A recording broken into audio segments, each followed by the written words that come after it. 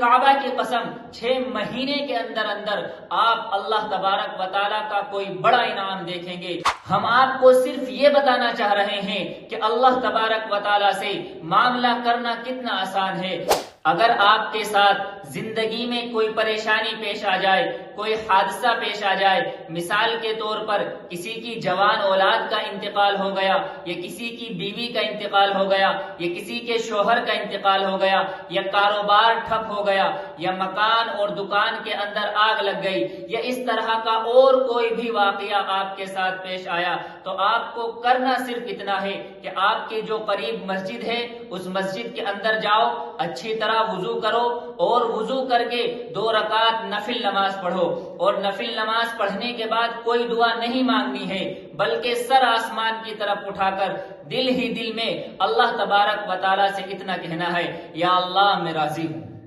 دوبارہ عرض کر رہے ہیں کہ نفل نماز پڑھنے کے بعد کوئی دعا نہیں مانگنی ہے، اور نہ اس جملے کے اندر کمی کرنی ہے، نہ کوئی زیادتی کرنی ہے، کچھ نہیں کہنا، بس سر آسمان کی طرف اٹھانا ہے، اور دل ہی دل میں صرف یہ کہنا ہے، یا اللہ میں راضی ہوں۔ اتنا کہیے اور کہہ کر چلے آئیے۔ ہم آپ کو صرف یہ بتانا چاہ رہے ہیں کہ اللہ تبارک و تعالیٰ سے معاملہ کرنا کتنا آسان ہے۔ رب کعبہ کی قسم 6 مہینے کے اندر اندر آپ اللہ تبارک و تعالیٰ کا کوئی بڑا انعام دیکھیں گے، اور ایسا انعام دیکھیں گے جو دائمی ہوگا اور جو اس سے بہتر ہوگا، اور پھر آپ کو ان اللہ مع الصابرین کا مطلب سمجھ میں آ جائے گا۔